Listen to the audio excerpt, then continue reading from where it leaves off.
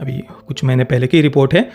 Jharkhand emerges as the latest hub of lithium reserves in India. और झारखंड में सबसे बड़ा लिथियम का रिजर्व पाया गया है, सबसे बड़ा पूरे भारत में। झारखंड में फॉरेन फंडिंग से कैसे अरबों की जमीन खरीदी, अरबों की, कोई करोड़ों की नहीं, अरबों की जमीन। देखा कभी किस फिल्म मेकर ने ये फॉरेन फंडिंग से काम करने वाली मिशनरीज कैसे जमीन खरीदते हैं बाहर की, बाहरी पैसों से, उस पर कभी फिल्म बनाई हो?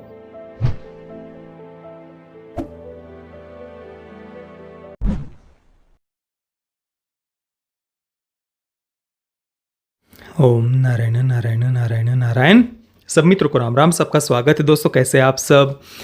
दोस्तों आज वीडियो को लाइक और शेयर करने के लिए मैं आप सभी मित्रों से प्रार्थना नहीं करूंगा, किंतु मैं आप सभी मित्रों को आग्रह करूंगा कि आज का ये वीडियो इसे लाइक और शेयर करना ही करना है। अपने सभी मित्रों के साथ में, परिवार में सभी के साथ में इसे आप शेयर जरूर करना। कम से कम 10,000 लाइक्स आज के हमारे इस वीडियो पर आने ही चाहिए, क्योंकि कुछ बहुत ही महत्वपूर्ण चर्चा आज हम इस वीडियो में करने वाले हैं और मैं हृदय से चाहता हूं कि ये बातें सब तक पहुंचनी ही चाहिए। और इसी कारण से वीडियो को अंत तक अवश्य देखना। मैं बाद में वॉच टाइम चेक करूंगा कितने मित्रों ने वीडियो को पूरा देखा है। अब देखिए, फिल्म पर हम बात करें उससे पहले थोड़ा सा हमें कुछ बातें समझने की आवश्यकता है।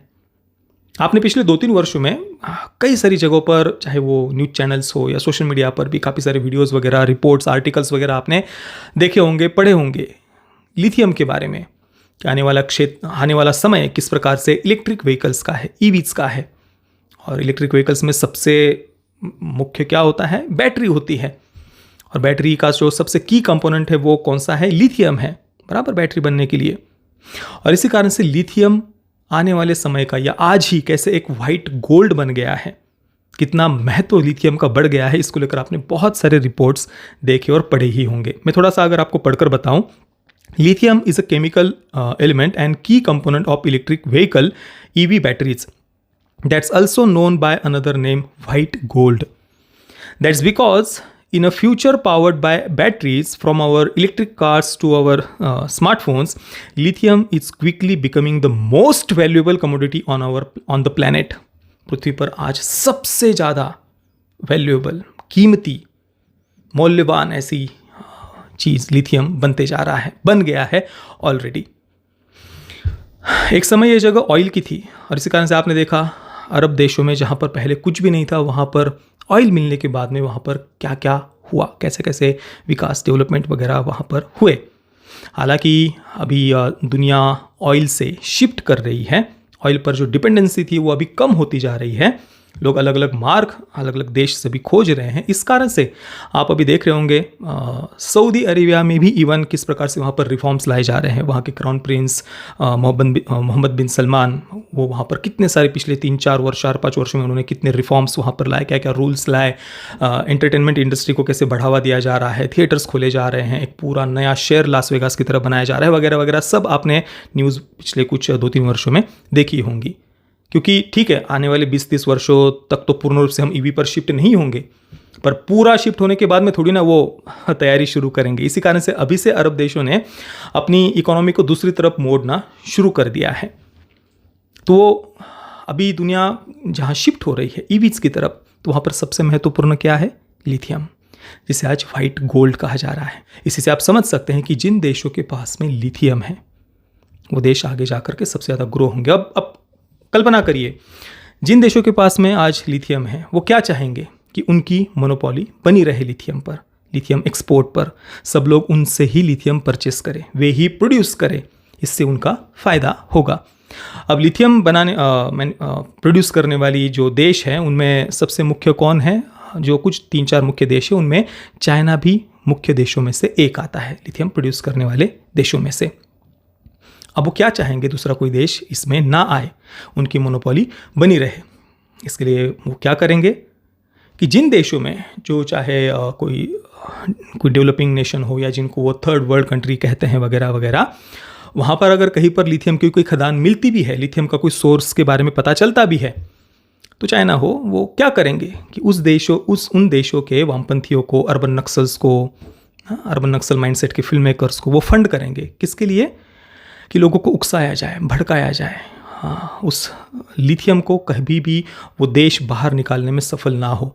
फिर अलग अलग NGOs के माध्यम से उन देशों के कोर्ट्स में केसेस फाइल किए जाएंगे, कुछ तथाकथित पर्यावरणवादी सामने आ जाएंगे, कुछ ना कुछ अड़ंगा उत्पन्न करने का प्रयास किया जाएगा। वहाँ पर जो लोकल लोग रह रहे हैं उनको उकसाया जाएगा, भड़काया जाएगा, कुछ एंटी न्यूक्लियर वीडियोज़ वगैरह दिखाए जाएंगे कि भाई बस अब पर्यावरण समाप्त हो जाने वाला है, दुनिया बस अभी समाप्त हो जाएगी वगैरह वगैरह, ये बातें, डर फैलाया जाएगा वहाँ पर। चाहेंगे चाइना हो या अन्य कोई भी देश, वो दूसरे देश इसमें लिथियम प्रोडक्शन में आगे ना आए इसका वो प्रयास करेंगे, बराबर ना। भारत में तो हमेशा से ही स्वतंत्रता के बाद में ये होता आया है। स्वतंत्रता से पहले तो विदेशी आक्रांताओं ने जो लूटा भारत को, जो यहाँ पर कल्चरल जेनोसाइड करने का प्रयास किया, वो तो स्वतंत्रता के पहले का इतिहास। स्वतंत्रता के बाद में भी जो यहाँ की सेक्युलर पार्टीज़ थी या जो कुछ वामपंथी आदि, उन्होंने अपने वेस्टर्न मास्टर्स के इशारों पर यही काम भारत में किया कि भारत कभी भी ग्रो ना कर पाए, यहाँ पर डेवलपमेंट ना हो, अलग अलग जगहों पर अलगाववादी हो, नक्सली हो, उनको बढ़ावा देना, वहाँ पर विकास कार्य ना पहुँचने देना। जो बातें देश के विकास की दृष्टि से बहुत महत्वपूर्ण है, वहाँ पर अलग अलग NGOs हो, पर्यावरणवादी हो, कहीं पर कोई ये बचाओ आंदोलन, वो बचाओ आंदोलन, नदियों को लेकर के कई सारे आंदोलन वगैरह हमने देखे। कैसे न कैसे एक अस्थिरता देश में बना करके रखनी है। ये विदेशी ताकतों ने, देश विरोधी ताकतों ने, चाहे वो देश के अंदर की हो या बाहर की हो, उन्होंने स्वतंत्रता के बाद में लगभग 60-65 वर्षों तक देश में यही किया। चाहे वो कुदनकुलम न्यूक्लियर पावर प्लांट हो, कहीं पर मेट्रो कार शेड का प्रोजेक्ट हो, या फिर कई सारे जो आदिवासी क्षेत्र हैं वहाँ पर नक्सलियों ने पूरा अपना एक वर्चस्व दशकों तक बना करके रखा था। वहाँ पर कभी भी कोई विकास कार्य पहुँचे, कोई इंफ्रास्ट्रक्चर डेवलपमेंट का प्रोजेक्ट पहुँचे, तो वहाँ पर बम से ही साधन सामग्री को उड़ा दिया जाता था। रास्ते बनाने वाली जो कुछ भी मशीन्स वगैरह है, उनको, जो हमारे जवान थे उन पर हमले होते थे। कभी दंतेवाड़ा में 80 के करीब जवान, तो कभी 25 जवान, कहीं पर 20 जवान, इस प्रकार से हमारे जवानों पर हमले होते थे। नक्सलियों ने एक ऐसा वातावरण बना करके रखा था और उनको न्यायिक और बौद्धिक संरक्षण देने के लिए देश की मुख्य धारा में कई सारे अर्बन नक्सल्स बैठे हुए थे, चाहे वो मीडिया में हो, राजनीति में हो, यूनिवर्सिटीज़ में हो या फिल्म इंडस्ट्री में हो। वो एक बौद्धिक संरक्षण उन नक्सलियों को और ऐसी ताकतों को, ऐसे NGOs को, ऐसे तथाकथित पर्यावरणवादियों को बौद्धिक संरक्षण देने का काम ये लोग करते हैं। अब एक महत्वपूर्ण बात, लिथियम से हमने इस सब की शुरुआत की थी। एक और रिपोर्ट मैं आपको पढ़कर बताना चाहता हूं, अभी कुछ महीने पहले की रिपोर्ट है। Jharkhand emerges as the latest hub of lithium reserves in India. After Jammu and Kashmir, Karnataka and Rajasthan, lithium reserves have been identified in Jharkhand. और झारखंड में सबसे बड़ा लिथियम का रिजर्व पाया गया है, सबसे बड़ा पूरे भारत में। अब यहाँ तक जो कुछ भी बातें मैंने आपको बताई उनको अच्छे से याद रखना। अब आते हैं हम जोरम फिल्म पर, जिसका अभी हम रिव्यू करने वाले हैं। मनोज वाजपेयी, मोहम्मद जीशान अयूब इसमें मुख्य भूमिका में है। फिल्म मात्र 2 घंटे की है। कल ही 8 दिसंबर को ये फिल्म थिएटर में रिलीज हुई है, बहुत ही नगण्य ऐसी स्क्रीन्स पर। अब इसकी कहानी क्या है? इसकी कहानी भी झारखंड में ही स्थित है। हाँ, तो एक हमारे आदिवासी भाई बहन जहाँ पर रहते हैं झारखंड में, वहाँ पर एक क्षेत्र दिखाया है और एक कंपनी वहाँ पर एक कुछ डेवलपमेंट प्रोजेक्ट लेकर के आ रही है। वहाँ पर उनको कुछ खदान बनानी है, शुरू करनी है। तो वहाँ पर जो आदिवासी समाज के जो लोग रहते हैं उनको वहाँ से मुआवजा दे करके हटने के लिए कहा जा रहा है। बाकी सब तो विरोध में ही है। पर वहाँ पर माडवी सरनेम का एक परिवार दिखाया है, वो भी आदिवासी समाज से ही है, पर उनमें थोड़ा संपन्न माडवी परिवार को दिखाया है। उस परिवार का बेटा कंपनी की बाजू से बात रख रहा होता है सभी आदिवासी भाई बहनों के सामने कि कंपनी आपको अच्छा मुआवजा देने वाली है, यहाँ पर इतना विकास कार्य होगा वगैरह वगैरह, जो कुछ भी है वो फायदे बता रहा होता है। अब इसके बाद में नक्सली, हाँ, तो नक्सली आते हैं और जो माडवी परिवार का बेटा कंपनी की बाजू से बात रख रहा था, जिसे कंपनी का दलाल फिल्म में कहा गया है, तो नक्सली माडवी परिवार के बेटे को मार देते हैं। और यहाँ पर नक्सलियों को कहीं पर भी किसी भी प्रकार से निगेटिव नहीं दिखाया है। बहुत महान क्रांतिकारियों की तरह ही नक्सलियों को यहाँ पर दिखाया है कि जो कंपनी सरकार के साथ में मिलकर के वहाँ पर आदिवासियों को, उनके सनातन संपत्ति को, पर्यावरण को एक्सप्लॉइट करने के लिए कंपनी आई है, उनके विरुद्ध नक्सली लड़ रहे हैं। हाँ, क्रूरता से मारा माडवी परिवार के बेटे को, वो क्रूरता दिखाई है, पर नक्सलियों को गलत नहीं दिखाया, उन्हें क्रांतिकारियों के रूप में ही फिल्म में प्रस्तुत किया है। हाँ, कुछ नासमझ बच्चे जिनको ज़्यादा कुछ ज्ञान नहीं होता इन सब पॉलिटिक्स वगैरह के बारे में, मेरे अनुसार उनको घुमाने के लिए, उनको भ्रमित करने के लिए या मूर्ख बनाने के लिए एक डायलॉग यहाँ पर ऐसा डाला है फिल्म में कि भाई एक आदिवासी समाज का ही पात्र दिखाया है। वो कहता है कि एक तरफ तो पुलिस वाले हैं, हम नक्सलियों के बाजू से बात करें तो पुलिस वाले मारते हैं, पुलिस के बाजू से बात करें तो नक्सली हमें मारते हैं, हम पर तो दोनों तरफ से ही अन्याय हो रहा है। तो ये एक डायलॉग डाल करके ऐसा दिखाने का प्रयास किया है कि देखो देखो हम तो दोनों ही निगेटिव साइड्स को दिखा रहे हैं, हम तो बस आदिवासी समाज की भलाई की बात कर रहे हैं। ये बस बाहर से एक दिखावा इस एक डायलॉग के माध्यम से किया है। बाकी तो 99.99% फिल्म में नक्सलियों को क्रांतिकारियों के रूप में ही प्रस्तुत किया है। और दूसरी तरफ चाहे कंपनी हो, सरकार हो, हमारे सीआरपीएफ के जवान हो, उनको बहुत ही घिनौने दरिंदों के रूप में एक प्रकार से फिल्म में उन्होंने प्रस्तुत किया है। हाँ, इतना मतलब आप सीआरपीएफ के जवानों को जिस प्रकार से दिखाया वो देखेंगे ना, आपको घिन आएगी सच में कि डायरेक्टर ने किस प्रकार से उन सारी बातों को प्रस्तुत किया है। अब इसके बाद में 6 वर्षों का समय बीत जाता है। इन 6 वर्षों में कंपनी वहाँ पर सारी ज़मीन पर कब्जा कर लेती है। ये कब्जा करने से पहले सरकार की तरफ से एक ऑपरेशन चलाया गया था। उस ऑपरेशन का नाम फिल्म में उन्होंने लिया है, पर फाइनल कट में उस नाम को म्यूट कर दिया है, जैसे कि ऑपरेशन डैश डैश। तो वो जो ऑपरेशन का नाम है वो म्यूट कर दिया है। शायद रियल ऑपरेशन का नाम लिया होगा, इस कारण से सेंसर बोर्ड ने उस नाम को म्यूट करने को कहा होगा। पर उस ऑपरेशन का उल्लेख 3-4 जगहों पर, 4-5 जगहों पर फिल्म में होता है। और ये कहा है कि उस ऑपरेशन में जो जवान हैं उन्होंने सारे के सारे नक्सलियों को एक एक करके समाप्त कर दिया, मार डाला है। और सीआरपीएफ के जवानों को, पुलिसों को दरिंदों की तरह, मॉन्स्टर्स की तरह, बहुत ही घिनौना, जितना आप घिनौना इमेजिन कर सकते हैं ना किसी विलन को, उतना घिनौना उस प्रकार से उनको फिल्म में प्रस्तुत किया, जैसे कि उनमें कोई हृदय नहीं है, एकदम बिल्कुल क्या कहे, क्रीचर्स भी नहीं कह सकते, उससे भी घटिया इस प्रकार से उन्हें फिल्म में दिखाया है। और कंपनी ने फिर आदिवासियों के घरों को जला दिया है और वहाँ पर खदान भी उन्होंने शुरू कर दी है। ये 6 वर्षों के बाद में हुआ है। इन 6 वर्षों में अब मनोज वाजपेयी का कैरेक्टर क्या कर रहा था? 6 वर्ष पहले उसने नक्सलियों को ज्वाइन कर लिया था और जो माड़वी परिवार का बेटा जिसकी हत्या नक्सलियों ने की थी ना, तो उसको रस्सी से पकड़ा था मनोज वाजपेयी के पात्र ने 6 वर्ष पहले। अब वो माड़वी परिवार के बेटे की तो हत्या कर दी थी नक्सलियों ने, पर उस परिवार की जो माँ है वो अपने बेटे की हत्या का बदला लेना चाहती है। किससे? मनोज वाजपेयी के पात्र से, कि भाई उसने मेरे बेटे को रस्सी से पकड़ करके रखा था। तो अभी 6 वर्षों के बाद में फिर वो उसके पीछे पड़ी हुई मनोज वाजपेयी के पीछे, और वो मनोज वाजपेयी अपनी 2 महीने की बेटी को अपनी छाती से या पीठ से लगाकर वो इधर उधर दौड़ रहा है। और चाहे पुलिस हो या फिर सीआरपीएफ के जवान, वे दोनों ही मनोज वाजपेयी के पात्र पर अंधाधुन गोलीबारी करते रहते हैं फिल्म में, अंधाधुन गोलीबारी। और फिल्म के एंडिंग में तो सीआरपीएफ के जवान ऐसे ऊपर दिखाए हैं, खदान में ऊंचे जगह पर उनको दिखाया है, और उन्होंने घेर कर ऐसे सीआरपीएफ के जवान मनोज वाजपेयी के पात्र पर ऐसे फायरिंग कर रहे हैं, शूट कर रहे हैं। दिख रहा है कि उसके साथ में 2 महीने की बेटी है, पर फिर भी भाई घिनौने दरिंदे मॉन्स्टर्स सीआरपीएफ के जवान, उनको तो कोई इमोशंस होते ही नहीं है, उनको तो कुछ ऐसे समझ ही नहीं है, और वो बस गोलियां चलाए जा रहे हैं। बेटी है, 2 महीने की बच्ची है उसके साथ में, फिर भी ये गोलियां चल रही है। इतना घिन आ रही थी उस सीन को देख करके ना, कि किस प्रकार से नक्सलियों को विक्टिम दिखाने के लिए यहाँ पर एक छोटी बच्ची का यूज किया इस फिल्म के मेकर ने, एक छोटी बच्ची का उपयोग उस नक्सली पात्र के प्रति सिंपैथी बनाने के लिए। मतलब आप सोच नहीं सकते कि कैसी घिन आ रही थी उस सीन को देख करके थिएटर में मुझे। छोटी बच्चों को यूज करते हैं नक्सलियों के प्रति सिंपैथी बनाने के लिए, छी। पर दोस्तों सच्चाई यह है कि पिछले कुछ वर्षों में सरकार ने नक्सलियों को अपने हथियार डालकर मुख्य धारा में आने का अवसर दिया है, सरेंडर करने का अवसर दिया है। और रही बात जमीन पर कब्जा करने की, तो रिजर्व फॉरेस्ट एरिया में ऐसे ही कोई जाकर कंपनी चली गई और उसने खदान खड़ी कर दी, ऐसा नहीं होता है। ये तो मैंने केवल ऊपर से आपको कहानी बताई है दोस्तों। अगर इस फिल्म के डायलॉग्स और एक सीन को ध्यान से आप देखेंगे, सुनेंगे कि क्या कहने का प्रयास किया है ना, तो आपको सच में अंदर से डर लगेगा कि कितनी भयानक मानसिकता से इस फिल्म को बनाया गया है।